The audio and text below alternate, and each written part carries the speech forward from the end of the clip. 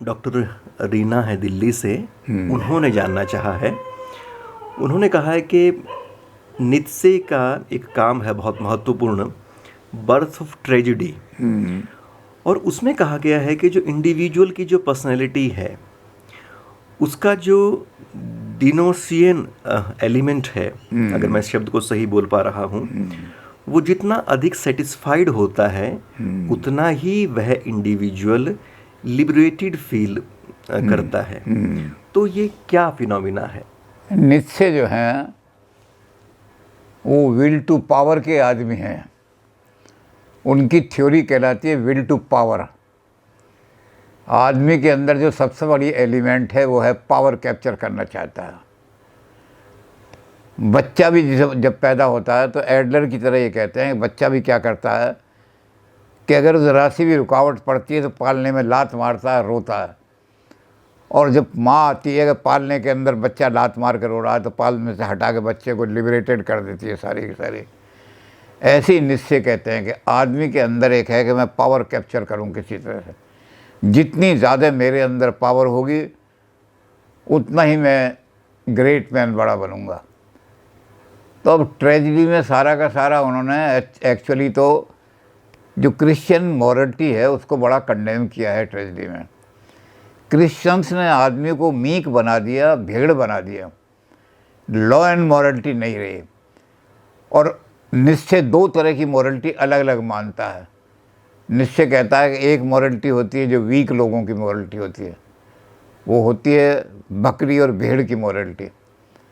तो ये sheep morality जो है ये क्या है, बकरी सबसे ज़्यादा वो मॉरल बने मानी जाएगी जो अपने आप को शेर के खाने के लिए ऑफ़र कर दे। और शेर वो बढ़िया माना जाएगा जो बकरी को खा सके। जो शेर बकरी को खा नहीं सकता उसको कोई शेर नहीं कहेगा, वो क्या कहता है गधे ना शेर की। तो ये विल टू पावर जो है ना, इसमें लोअर मॉरलिटी को, शीप मॉरलिटी को बड़ी लोअर मॉरलिटी माना जाए। और इसी के आधार पर उसने पूरा लिखा है कि क्रिश्चियनिटी की मॉरलिटी जो है उसने आदमी को शीप मॉरलिटी बना दी है, लॉ एंड मॉरलिटी नहीं दी। और वैसे तो उसने आर्यन का शब्द प्रयोग किया है, लेकिन आर्यन का मतलब यहाँ रेस का मतलब नहीं है। आर्यन का मतलब चीफ, जो ऊंचे आदमी। तो जो ऊंचे आदमी हैं एरियन वो हैं जिनके अंदर लॉ एंड जैसी मॉरलिटी होती है। तो ये लॉ एंड मॉरलिटी का जो पार्ट है ये डायनोसियन पार्ट है सारा का सारा। ये उस विल पावर को कैप्चर करने का, आदमी की जो विल पावर है वो जितनी विकसित होगी ज़्यादा, इस विकसित पावर में से फिर अगली जगह उसने सुपरमैन निकाला है।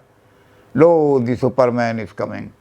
और यहीं से उसने कहा है कि आदमी जो है, जो तिनके की तरह आदमी है, इस पर हम पहले निश्चय में कर चुके, द मैन ऑफ स्ट्रॉ, जिनका व्यक्तित्व तिनके के समान है, तुच्छ व्यक्तित्व है, उनके लिए सबसे बड़ा धर्म क्या है, उनका वर्चू क्या है उनकी, टू स्वे with the currents of the event. जिधर को इवेंट चल रहे हैं उधर को बहता चला जाए, उनसे टक्कर ना ले बिल्कुल, तभी वो आदमी जो है, नहीं तो नष्ट हो जाएगा, क्योंकि उसकी व्यक्तित्व तुलना जैसी है।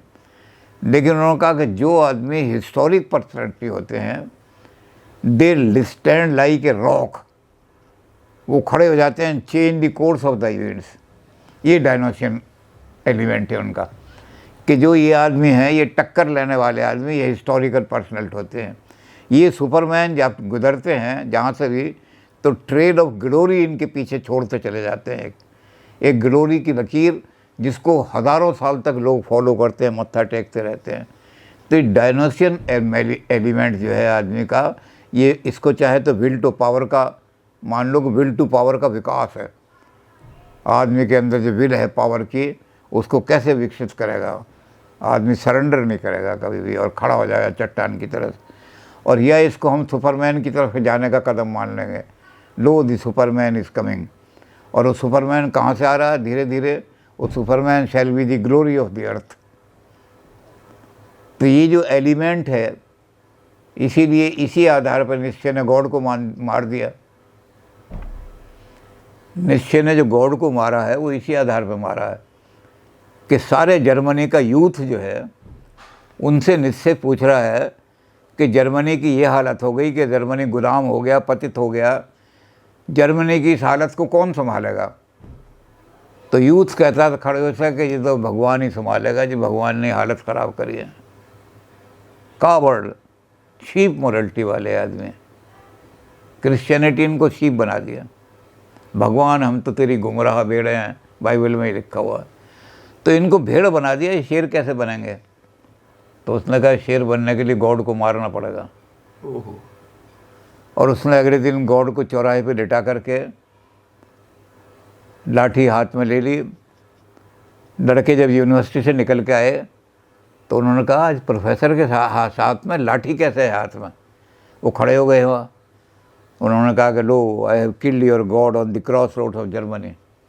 इस लाठी से मैंने भगवान को मार के यहाँ डाल दी उसकी लाश, ये पड़ी है भगवान की। अब लड़के बड़े घबरा गए, भगवान मर गया, भगवान को मार दिया प्रोफेसर साहब ने, और लाठी लिए खड़े हैं प्रोफेसर साहब कि भगवान उठेगा तो लाठी और एक मारूंगा इसके। तो लड़के एकदम सहम गए, खड़े हो गए। उसने कहा मैंने तुम्हारे उस भगवान को मार दिया है जो निकम्मे लोगों को, हिजड़ों को, नपुंसक लोगों को भी प्रोटेक्शन दे रहा था, रोटी दे रहा था। ऐसे भगवान की कोई ज़रूरत नहीं। पुरुषार्थहीन लोग हैं। हमारे यहाँ भी हिंदुस्तान में ये कहा गया है वीर भोग्या वसुंधरा। ये जो पृथ्वी है ये वीरों के ही भोग करने योग है। तो निश्चय का जो वीर भोग्या वसुंधरा का कंसेप्ट है वो डायनोसिस है। तो गुरुजी एक तरह से कहें तो फिर नीत्शे के बाद पूरे जर्मनी में एक नई तरह की ऊर्जा का संचार होता है और एक बड़ी महाशक्ति बन के फिर वो और जर्मनी इतनी महाशक्ति बन जाता है कि 2 महायुद्धों में दुनिया को हिला के रख दिया। पहली महायुद्ध में यह हालत हुई कि सारी दुनिया एक तरफ खड़ी हो गई जर्मनी के खिलाफ, और जर्मनी अकेला लड़ रहा है और मारते मारते कचूमन निकाल दिया लोगों का। वो तो गलती ये कर दी कि रूस में उसे पता नहीं था कि बर्फ़ में हमारे टैंक जम जाएंगे, नहीं तो रूस को भी कुचल के रख देता वो तो वहाँ इसलिए हार गया। और इन्होंने क्या काम किया कि जर्मनी को मत उभरने दो, लेकिन जर्मनी उभर करके दोबारा दूसरे युद्ध में आया। तो ये सारे मिल गए, जितने लोग थे एलाइज सारे जर्मनी के खिलाफ खड़े हुए। लेकिन हिटलर ने मार एथोपिया में जा कर के इनको दोबारा, यानी यूरोप से तो बिल्कुल सबको मार मार के निकाल दिया हिटलर जर्मनी ने। अफ्रीका में जाकर के इथोपिया में जर्मनी की, इटली की फ़ौजें जो थीं, जो उनके साथ थीं मैसोलिनी की, वो हार गई और वहाँ से हारना शुरू किया उन्होंने। चर्चिल ने तो उसका सारा वो जो है वो दिया जाट रेजिमेंट को, कि जाट रेजिमेंट ने हराया उनको, मैसोलिनी को। लेकिन चलो जो भी थे, तो सारे यूरोप में हिला के रख दिया था। ये निश्चय के बाद जर्मनी की इतनी शक्ति आ गई, जर्मनी को 2 हिस्सों में बांट दिया। यूनिफिकेशन ऑफ जर्मनी की जब बात हुई तो सबसे ज़्यादा विरोध उसका रूस ने किया। जर्मनी अगर यूनाइटेड हो गया तो it will be danger for world, सारी दुनिया के लिए डेंजर बन जाएगा, इसलिए इसको यूनाइट मत होने दो। अब जर्मनी यूनाइटेड होकर खड़ा हो गया। तो ये जो निश्चय का कंसेप्ट है, ये कंसेप्ट है विल टू पावर का कंसेप्ट, इसी को डायनोसिस। तो विल टू पावर जो है, आप पावर कैप्चर करो।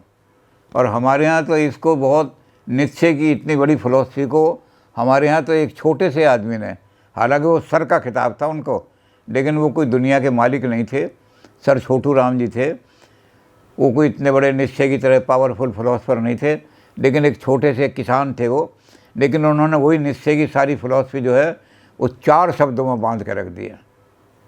निश्चय ने इतनी बड़ी किताब लिखी और हमारे छोटू राम जी ने क्या क्या, जगत में घूसा से बलवान, जगत में घूसा, जिसका घूसा तकड़ा है वही दुनिया के ऊपर राज करेगा।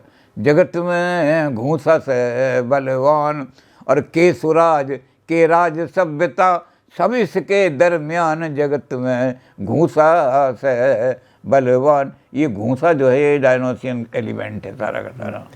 अच्छा गुरुजी, जो ये श्रीमद् भगवत गीता के अंदर जो स्वधर्म की बात कही गई है, धर्म के अनुसार आचरण की बात कही गई है, और उसके अनुसार जो प्रवृत्ति बैठती है, फिर उसके अनुसार ही फिर मुक्ति का रास्ता खुलता है। तो उसमें और इसमें भी कुछ साम्य है आपस में? नहीं, धर्म का स्वधर्म में तो एक आदमी का ऐसा भी धर्म हो सकता है कि तुम जोते पॉलिश करते रहो, कोई ज़रूरी थोड़ी डायनासोर के वो सुपरमैन ही बने। अच्छा अच्छा अच्छा अच्छा। उसको तो यह है कि अपना जो कर्तव्य है, स्वधर्म जो है स्वभावज कर्म है, अपने स्वभाव के अनुसार जो आपने कर्म चुना है, आपका एप्टीट्यूड अलग है, आपकी लाइफ की तरफ एटीट्यूड अलग है, आपका स्टेशन कहीं अलग है, उसके हिसाब से आपने अपनी ड्यूटी चुनी है, ऑब्लिगेशन चुनी है।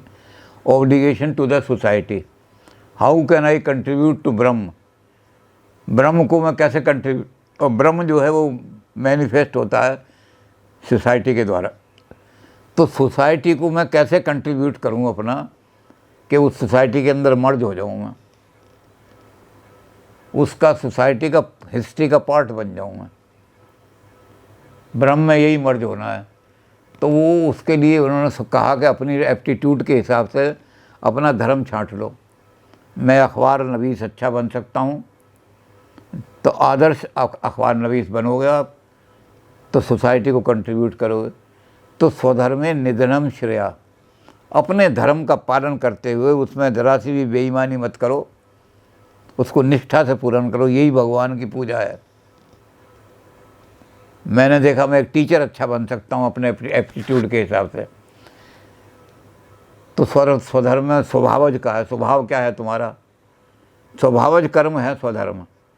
तो आपने अपने स्वभाव के हिसाब से अपना धर्म चुना, ये स्वधर्म हो गया आपका। अब इस स्वधर्म को आप बड़ी शिष्टा के साथ करते करते अगर मर भी जाओगे तो भी आपको पुण्य मिल जाएगा सारा का सारा। तो ये अलग दिशाओं में जाते दो विचार हैं। हाँ, अलग दिशाओं में, क्योंकि स्वधर्म में ज़रूरी नहीं है कि ये विल टू पावर की शक्ति हो। वहाँ तो वो कहता है विल, जिसके अंदर पावर नहीं है उसे तो वो तो भेड़ में लट्टी है, शेर खा जाएगा। उसका तो अच्छा ये है कि शेर के आगे चली जाए, मुझे खा जाओ। ये दे रहा है लॉ एंड मॉरलिटी के लिए। Will to power, law and morality create करो, जहाँ खड़े हो जाओ शेर की तरह से सर उठा के खड़े हो और पावर कैप्चर करो। जितनी ज़्यादा पावर आपके हाथ में आएगी उतने आप लिबरेटेड फील करोगे सारे के सारे। जी गुरु जी। पावर विहीन आदमी कभी भी लिबरेटेड नहीं फील कर सकता। भेड़ कभी भी लिबरेटेड नहीं हो सकती, सर उठा कर नहीं चल सकती भेड़ का, लॉयन चलेगा। तो ये विल टू पावर जो है ये इसकी सारी, इसने सारा पूरी किताब में इतना कंडेम किया है क्रिश्चियनिटी को कि क्रिश्चियनिटी तो आदमी को बिल्कुल मीक बना दिया, भेड़ बना दिया। इस मॉरलिटी को छोड़ करके विल टू पावर लो हाथ में। जी। तो इस तरह से धर्म का एक तत्व जो आदमी की अंदर के उस जोश को धीमा करता है, उसको बहुत ज़्यादा क्रिटिसिज्म किया है नीत्शे ने, और उसके बरक्स फिर ये अपना दर्शन दिया है। हाँ जी गुरु।